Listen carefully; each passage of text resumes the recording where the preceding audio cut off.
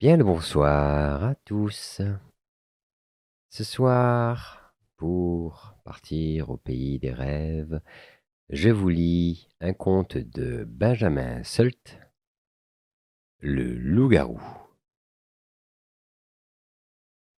Ah, les histoires merveilleuses, surnaturelles, incroyables, je les adore.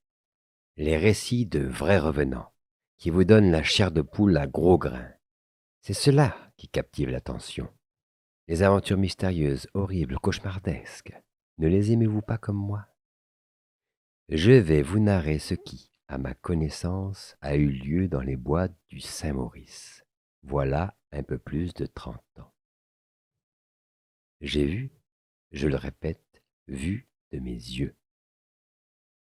Le lecteur va se dire, enfin, je rencontre un conteur qui n'a rien emprunté à un autre conteur, car il a été témoin du fait, ce qui est bien le merle blanc à trouver lorsque l'on parle d'histoire de loup-garou.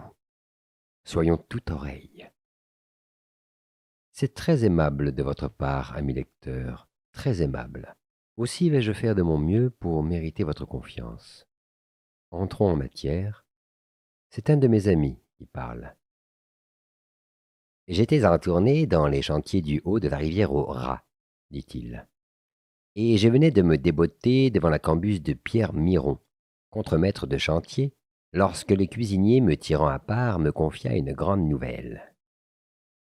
Le diable rôdait dans les environs en personne naturelle. Tout ce qu'il peut y avoir de plus diable et de plus vivant. Bah, tu badines, lui dis-je. Badiner, monsieur? Moi, badiner avec ces choses-là? Le bon Dieu m'en préserve. Ce que je vais vous dire est hors du commun. Écoutez-moi un instant, je vous prie. Parle, parle, tu m'intéresses déjà, rien qu'avec tes airs et ta mine effrayée.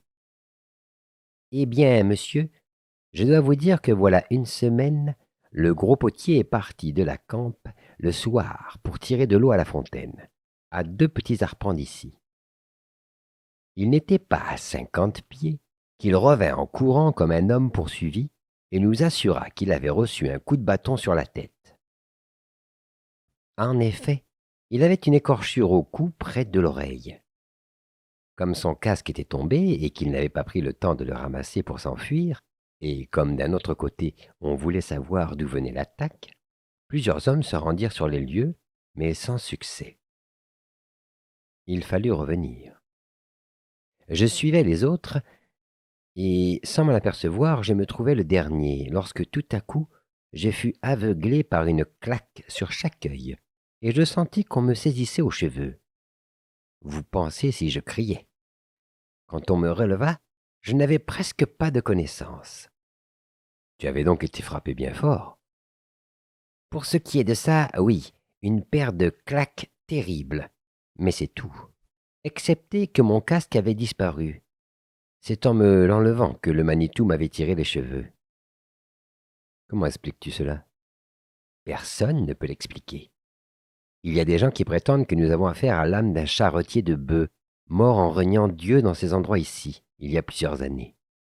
D'autres disent d'autres choses, mais c'est une affaire effrayante tout de même. Demain, nous quitterons tous le chantier. Comme le cuisinier achevait ces mots, et que je me récriai contre la décision qu'il venait de m'annoncer, Pierre Miron, suivi de tous ses hommes, entra dans la campe. Qu'est-ce que cela veut donc dire, Pierre? Vous parlez de départ. En plein mois de janvier, vous n'ignorez pas la perte que cela devra occasionner. Ah, monsieur Charles, ce n'est pas un badinage. Je suis resté le dernier à méconnaître le sortilège, mais hier soir, je me suis rendu à l'accord général. C'était le 6e casque qui partait. Le 6e casque, celui de François Pigeon. Le 5e était celui de Philippe Lorty. Le 4e, celui de Théodore Laviolette. Le 3e, ah ça, leur dis-je en cherchant à me montrer un peu en colère. Êtes-vous tous devenus fous? Quel conte bleu me faites-vous là? On croirait à vous entendre que le diable loge ici. Monsieur Charles, reprit Miron d'un air grave et convaincu, c'est une affaire sérieuse, comme personne n'en a vu. Eh bien, mes amis, leur dis-je à tous, si vous voulez rester ici ce soir, je tâcherai de me convaincre par moi-même de ce que l'on dit. Demain, Avant midi, Olivier Lachance, contremaître en chef, doit me rejoindre. Nous déciderons alors ce que nous aurons à faire. Convenu, mais pas plus tard que demain. Pas plus tard que demain. Le souper fut servi au crépuscule, ce qui était nouveau au chantier, où le travail dans la forêt durait d'ordinaire jusqu'aux étoiles.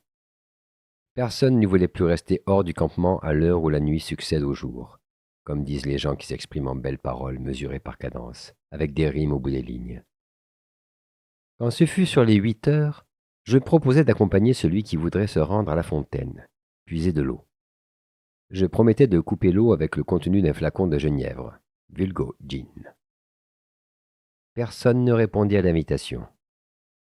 Je ne voulais cependant pas en démordre.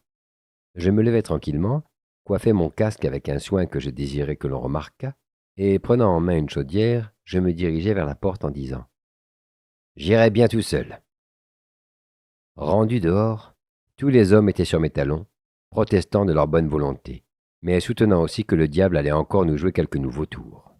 « Bah !» leur dis-je en plaisantant, pour voir à quel point le sentiment de cette terreur extraordinaire les dominait.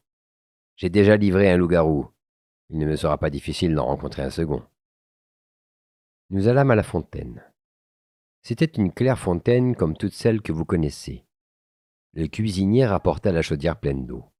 Nous l'escortions en masse serrée.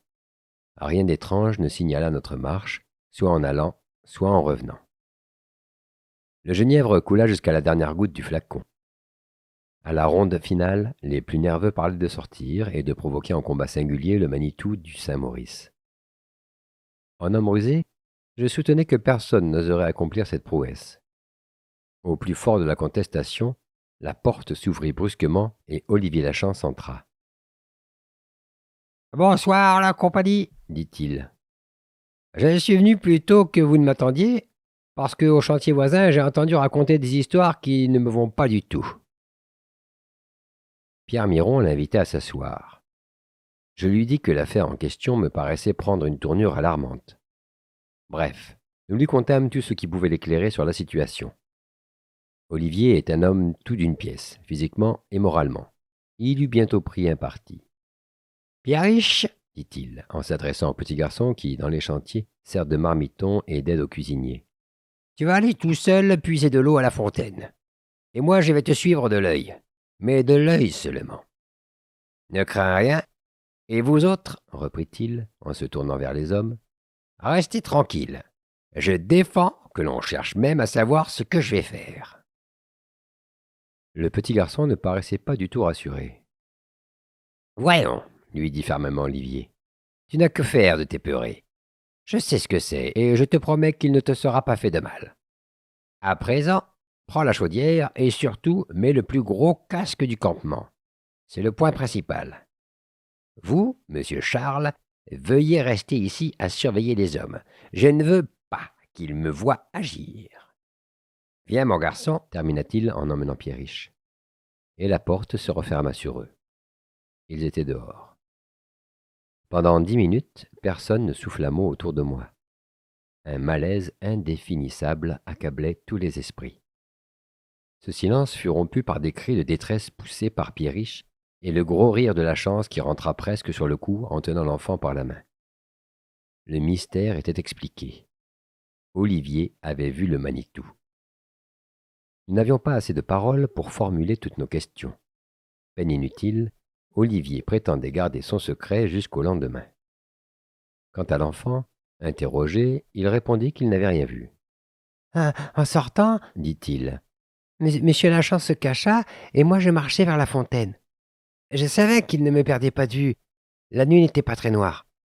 Tout à coup, je l'entendis qui me disait « Vite, vite, Pierriche, reviens !» C'est alors que je criais, car en l'entendant m'appeler ainsi, j'eus peur qu'il y eût du danger. Mais lui, il y riait. C'était tout. Impossible d'en savoir plus long. Je ne tentais même pas de faire parler Lachance sur ce sujet, car sa première parole en réponse aux interpellations des hommes du chantier avait été « Vous saurez cela demain, soyez tranquille. » Le lendemain arriva. Dès 7 heures du matin, l'ouvrage recommençait dans la forêt pour se continuer jusqu'au soir. Lachance, Pierriche et moi, nous restions au chantier. Vers 8 heures, Lachance avait chaussé ses raquettes et, une hachette à la main, il allait d'un arbre à l'autre, choisissant les plus gros autour de notre logis et frappant sur le tronc avec le dos ou la tête de son arme. Après chaque coup, il levait les yeux vers le fait de l'arbre et attendait un instant. Au 5e arbre, il poussa un cri de triomphe. « Nous le tenons !»« Qui ?»« Le diable, le loup-garou.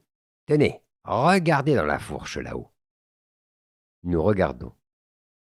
Effectivement, dans une grosse fourche du dernier arbre frappé par la chance, il y avait un être vivant, dont les gros yeux et la mine renfrognée manifestaient une mauvaise humeur mal contenue. C'était un très gros hibou gris. La chance eut bientôt saisi sa carabine de chasse et abattu le gibier, qui à l'examen se trouva être prodigieusement fort, un roi de l'espèce. « Hier soir, nous dit la chance, quand je l'aperçus tout à coup qui planait au-dessus de la tête de Pierriche, j'eus peur pour cet enfant. Vrai, je le trouvais si puissamment découplé que je le croyais capable d'enlever le petit marmiton tout grandi. Mais au son de ma voix, il tarda de s'abattre et Pierriche eut le temps de revenir à moi. Du reste, en écoutant les récits des gens du chantier, j'avais déjà acquis la certitude qu'il devait y avoir du hibou là-dedans. Ces animaux-là sont plus effrontés qu'on ne le pense, et les plus gros comme celui-ci ont une force surprenante. Regardez ses ailes, ses pattes, ses serres. C'est ça qui vous décoiffe un homme. Sans compter qu'en s'abattant sur sa victime, le hibou frappe, comme l'aigle, un double coup de ses ailes qui peut étourdir l'homme le plus solide. C'est ce qui est arrivé à nos gens. Vous pensez donc qu'ils retrouveront leur coiffure? Eh, pardi, oui. Dans le nid de l'oiseau, vous les retrouverez tous. Vous les trouverez tous les 7. Mais laisse-moi faire. N'en dis rien aux hommes. Le soir arriva. Chacun, au retour de l'ouvrage de la journée, s'informait du résultat des recherches de la chance. « Souper, dit celui-ci. Après cela, je vous le ferai voir. » L'art avec laquelle notre contremaître en chef conduisait jusqu'au bout cette mystification défie toute tentative de description. L'apparente tranquillité d'esprit que sa figure revêt d'ordinaire était plus marquée que jamais au milieu des angoisses de ceux qui l'entouraient, et que sa position et son air d'autorité tenaient en respect. Il mettait son plaisir à ne pas paraître s'occuper de cette terrible affarie et feignait de la traiter avec le dernier mépris. Le souper fini, il appela quelques-uns des bûcherons, leur fit prendre des haches et, accompagné de tout le monde, il marcha droit à l'arbre du hibou. « Abattez-moi ça, commanda-t-il. » Sans hésiter, les bûcherons se mirent à l'œuvre. Ils se perdaient en conjectures sur le but de ce singulier travail. Enfin, l'arbre tomba. « C'est bon, dit la chance en regardant les hommes. Rentrons au chantier maintenant. Ceux qui ont perdu des casques pourront les reprendre dans le trou de la grosse fourche. » Et il désignait du doigt la partie de l'arbre où était cette fourche, très visible d'ailleurs. On se figure aisément si la surprise fut grande. Le cuisinier se mit le premier à fouiller dans l'immense nid du hibou. Il en tira les 7 casques en peu de temps.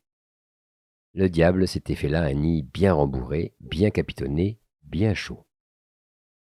Figurons-nous la gaieté des hommes pendant que le cuisinier retirait leur couvre-chef de la cachette de l'oiseau, et durant le trajet, depuis l'arbre abattu jusqu'au campement. La troupe joyeuse fit irruption autour de la cambuse en criant « Hurrah pour monsieur la chance !» La chance fumait tranquillement sa pipe et les regardait impassiblement. À terre devant ses pieds était le corps du hibou que les hommes n'avaient pas encore vu. « Hurrah pour monsieur la chance !»« Oui là, riposta la chance. Une belle affaire. Ça valait bien la peine de me presser tant de venir hier soir. »